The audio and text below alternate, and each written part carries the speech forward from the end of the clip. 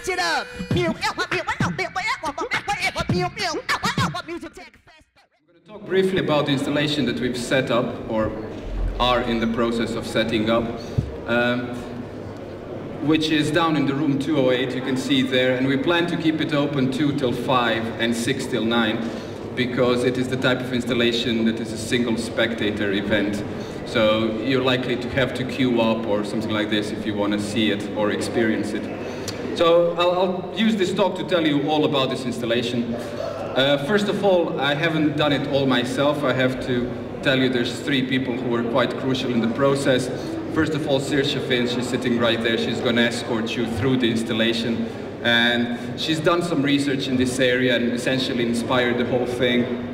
She's going to be doing the analysis of your results as well in the end. A good friend of mine, Peter Marton, he built the electronics, which I'll show you in a bit, which are here on the table. And Martin Clark, another good friend, he has done the field recordings that were used in the installation. So, just an overview of the talk. I have 4 main things that I'm going to discuss. First of all, I'm going to tell you about the concept of this installation. I'm going to talk briefly about brainwave entrainment, that's what we're dealing with. The measurement technique that we use, the physiological measurement, which is skin conductance level measurement, a bit about that, and finally some things about the implementation, the way this has been done. So first of all, concept. Well, concept was developed mostly between Saoirse and me, and also Chris, who was sort of the marketing brain in this, what is interesting for many people, something I don't relate to very often. And he has found, and I've agreed, that it might be interesting to have it half experiential, so essentially an artwork, and half a scientific thing. And that's what we're trying to do. So in the end, based on the results that we get from the installation, we're planning to write a paper and analyze the results. What we are doing is we are telling you to relax.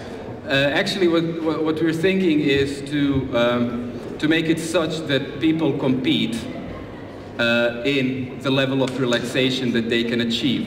So normally what you do when you have research in relaxing music or audio, what you get is that people are not aware of what they are trying to prove, or what is trying to be proven. In this case, we are not doing it, we're actually telling everyone, okay, what you do is you try to relax as much as you can. What we do is we measure this, obviously, so based on these measurements, in the end, we will call the champion of relaxation if everything goes well. The way this works is that the spectator sits down in an armchair, or similar, and has an ability to choose relaxing stimuli. So different musics, different audio signals that are supposed to be relaxing. And in doing that, everyone will create one's own blend of music or stimuli. And not only that, they will also tune the different parameters of these stimuli. So one part of the scientific investigation that we're doing is what do people think is relaxing. So we have both sides of the coin here, so we will make sure that we know what people tend to think is relaxing, and also based on the measurement we will conclude to which extent is this right, to which extent are these stimuli relaxing. So there's 3 types of stimuli that are present. We didn't go too far with this. Initially it was planned to have much more and essentially build a piece of music almost, but we've kept it stripped down to the basically scientifically already investigated stimuli. So many of you will call it, what is the most relaxing stimuli? I feel you're all really passive, sat down. Yeah? Waves. Waves? Yeah. Yeah? Sound of the sea. Sound of the sea, well that's a good one. That's the one that you will have the opportunity to enjoy. Any other guesses? What is this very mystical stimulus which is supposed to relax our brains, or actually supposed to have the ability to control the state of mind? Okay, well it's not very popular seemingly, and we don't know how well it works, but it's called binaural beats. Anyone heard of binaural beats? Hands in the air. There are a few things around binaural beats, so we will see if that works. We've actually conducted some tests already with this setup, and we found that it actually does work to an extent. So now we're essentially expanding on that basic research in binaural beats by adding in different types of stimuli. So what I've done is I've designed other binaural stimuli. I'm going to talk about that in a second. And we also have waves, breaking waves, and the other one, really relaxing, birds. Yes, forest birds. Did we miss out anything? Is there anything someone would find really relaxing and will be disappointed by not hearing it? Yes? Silence. That was actually, I was really going on about that, how we can control the parameters of silence and how you can do this. That's a good one. Anything else? Okay, I'll get on with this. So what we have is a simple interface. I'll talk about that in a second. And this individual combination of layers. So each spectator will create his own relaxing sound, relaxing music. What we also plan to do is make these public. However, if everything goes right, we might be able to accommodate around 100 spectators, so each session is about 5 minutes. And the problem will be in administering all these stimuli. So what we're looking at is getting the 10 most relaxed people and actually publishing the stimuli that they've created. So these tracks, these 5-minute tracks. So the interesting thing here is, that's something that Saoirse will tell you as you enter the installation or as you queue up to see it, is that you are advised to think about your strategy. So again, you're trying to compete, you're trying to relax as much as you can. We were thinking about having a drugs questionnaire in terms of, obviously, there are substances that will make you more relaxed, but we won't be doing this. But what is quite crucial is, if you think about it, there is different ways you can achieve this. So what we have is, in essence, is 7 stimuli, and what you can do is quickly find your stimulus and then have more time to relax, or you can spend more time tuning your stimulus and then have less time to relax, possibly. So that's another thing that we're also curious to see, to which extent do these things balance each other out. And finally, what I've mentioned already, we have this skin conductance level meter, which I'll talk about in a second. So I'll take some time to tell you briefly about the background of brainwave entrainment.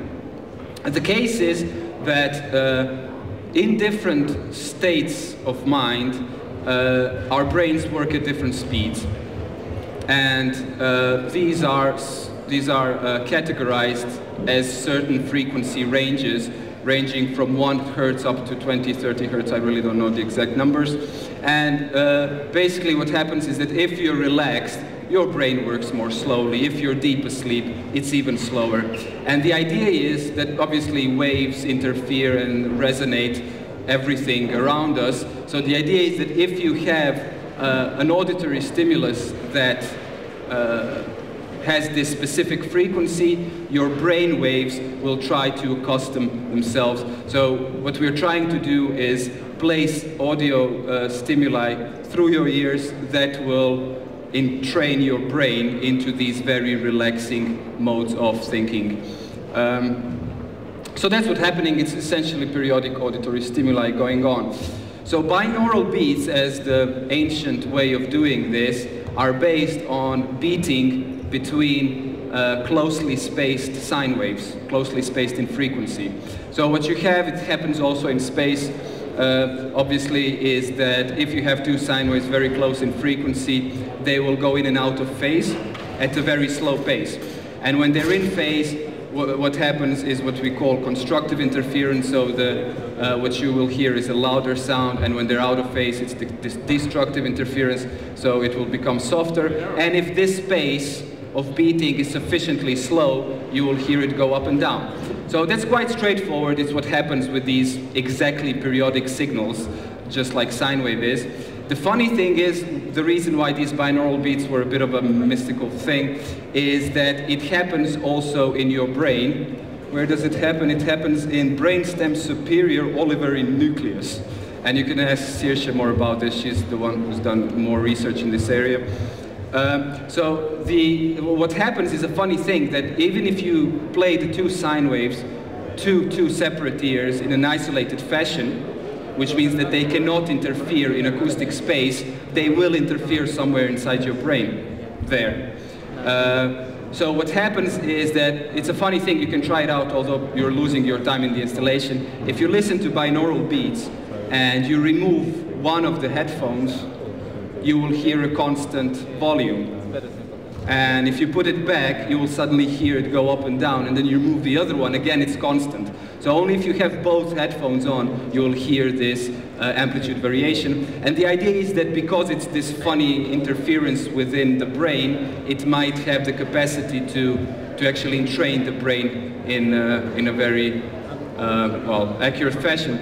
One of the things that we're looking at is, does it necessarily have to be binaural? So what would happen if it was just amplitude modulated at these specific frequencies? Would that have a lesser effect? Would that have a better effect? And the other thing that we're also looking at is obviously these other stimuli. So that's what binaural beats are. The two types of binaural phenomena that are added to the binaural phenomenon, binaural beats, is precedence modulation. So what happens with precedence modulation is that the signal in the two ears is being delayed, you could say in a circular fashion. Essentially, it is playing with your cue of localization, which has to do with the phase of the sound coming to your ears. So what happens is that if I delay the sound in my left ear, I will hear this stimulus as if coming from the right-hand side and the other way around. So the funny thing is that both of these, so the binaural beats and the precedence modulation, if you look at the VU meters of these stimuli, they're just bang flat, and I'll show you that in a second. So the amplitude change is not easy to demonstrate technically. However, perceptually, it is quite apparent that this is what is going on. And then, as another binaural phenomenon, obviously it wouldn't work monourally in this case. We will also be testing with just basic amplitude modulation, so the actual amplitude-based panning. So these two are actually correspond to delay-based panning and amplitude-based panning. Because it's a funny thing in the end, if you think about it, we're calling these binaural beats binaural, but actually localization is the thing that is also very much binaural. And finally, we compare this to all the other stimuli. So those are the stimuli. Now briefly about the skin conductance level meter. You see it here, it's made in a box by Peter. He finished it yesterday in Budapest. It was quite tough, but we've done it. And what we do with this is we measure the resistance of, or I should say resistance between 2 points on your skin surface. Now the resistance, the electrical resistance between these 2 points is mostly dependent on the sweat that you produce. And the funniest thing is that your sweat glands are really quick to respond to any kind of stimuli that reaches you, and if it's emotionally engaging, then your sweat glands will do quite a lot. They will actually show quite a lot of activity, quite a lot of change. I actually wanted to call for a volunteer and bring him on the stage, connect to the skin conductance level sensor and do something unexpected to see whether this will give you an interesting emotional response. But I've refrained from that as we live in a country where we have to consider health and safety and all of these things. So I'm afraid I might harm someone emotionally and get sued and, you know, get kicked out. So I won't be doing that.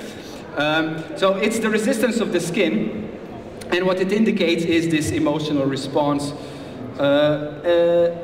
What we're doing, however, is we're not looking at the absolute value of skin resistance, because what you will find that it will vary with people. Obviously, someone knows of himself to have sweaty hands or dry hands. This will largely impact the measurement.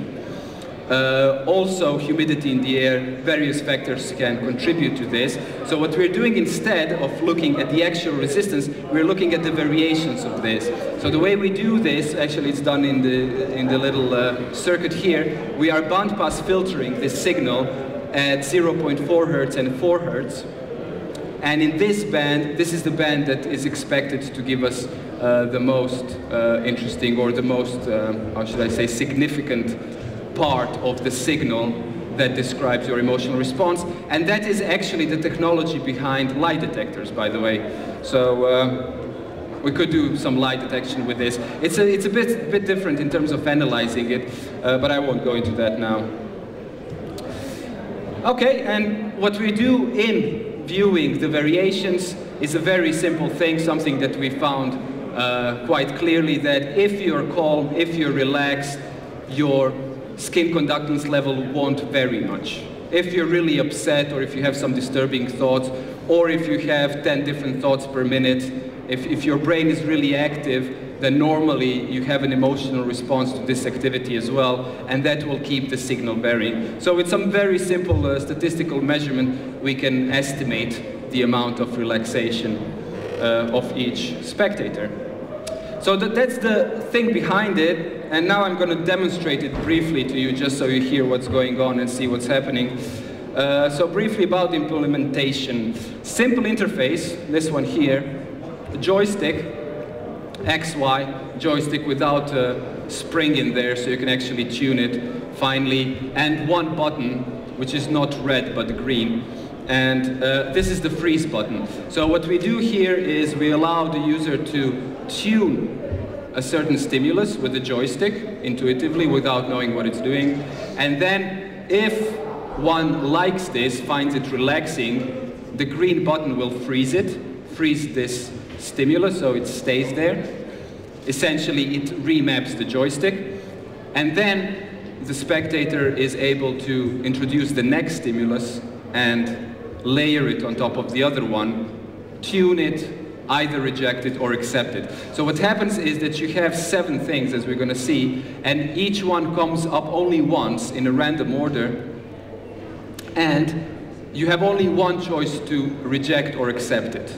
So it's not open in the sense that you can tune it anyhow you want, all the stimuli, all the parameters, but you get them one by one in order to actually have this more of how should I say, spontaneous choice rather than a very well thought process. Typically, I think that people will score better if they have more time to relax rather than use more time to tune the stimuli, but that's something that I'll leave to you. So that's the randomized order of stimuli, and in this box here, it's 2 boxes connected up. There is a little Arduino, I guess everyone knows Arduino in this building, and reads at 6 millisecond intervals. What I've used to code this behavior of the system as described is Max for Live. It has to do with the fact that it's nicely integrating the sound design aspect of it, which was initially planned to be more elaborate in terms of designing a musical piece. And the other thing is quick and dirty, done it in a few hours, and it runs, which means that it can stop running as well. So we'll see what happens. Okay, that's about it. Now I'm going to briefly show you how it looks like. Well, first of all, I'm going to mount these electrodes on my fingers. That's what we normally do. You can see the graph there in the bottom left corner. For some reason, it doesn't want to zoom in anymore, this thing. It used to zoom in very nicely. But I guess you can see it. Well, as I'm mounting them, it's going up and down. It's not doing much. But as soon as I do, you see it will jump up to the maximum value, and then it will slowly relax. You probably don't see any of that, do you? Well, what you can see though is when I started talking, you have these dips. When I have this emotional intent, oh, I'm going to tell you something, I'm going to be upset because you don't see it, then you get these dips. Another thing that works normally is if I go,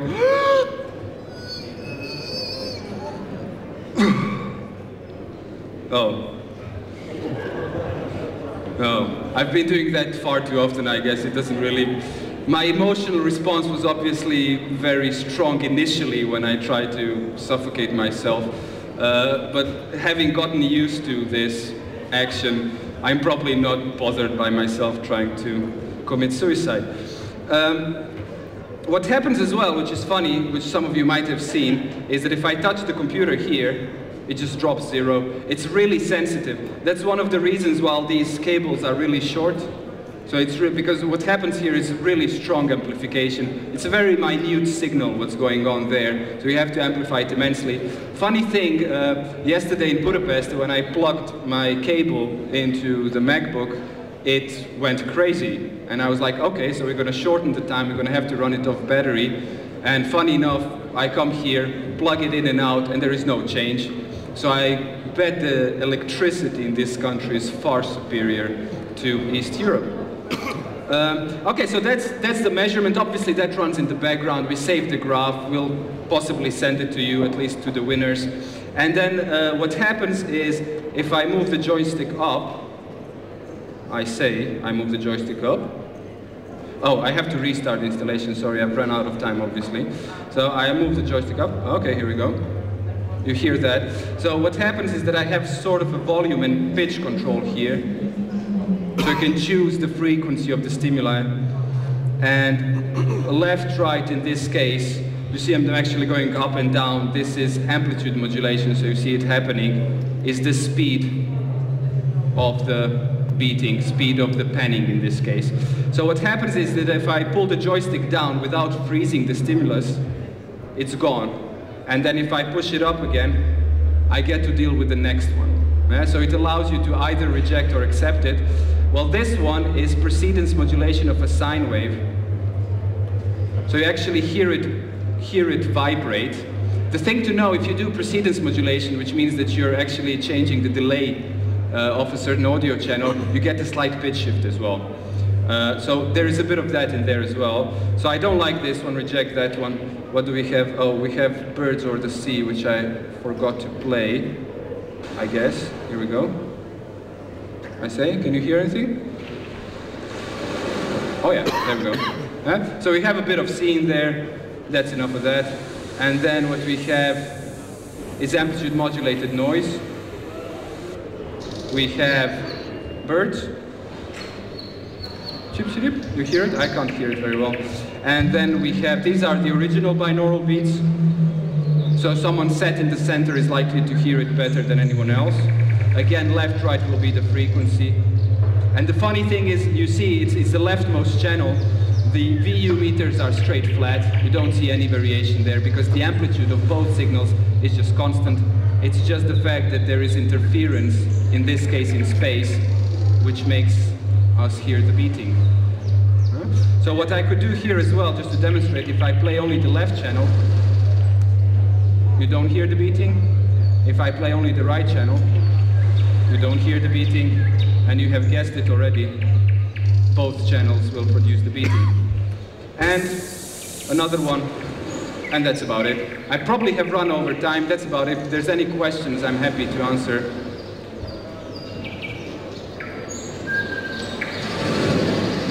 Okay, thank you very much.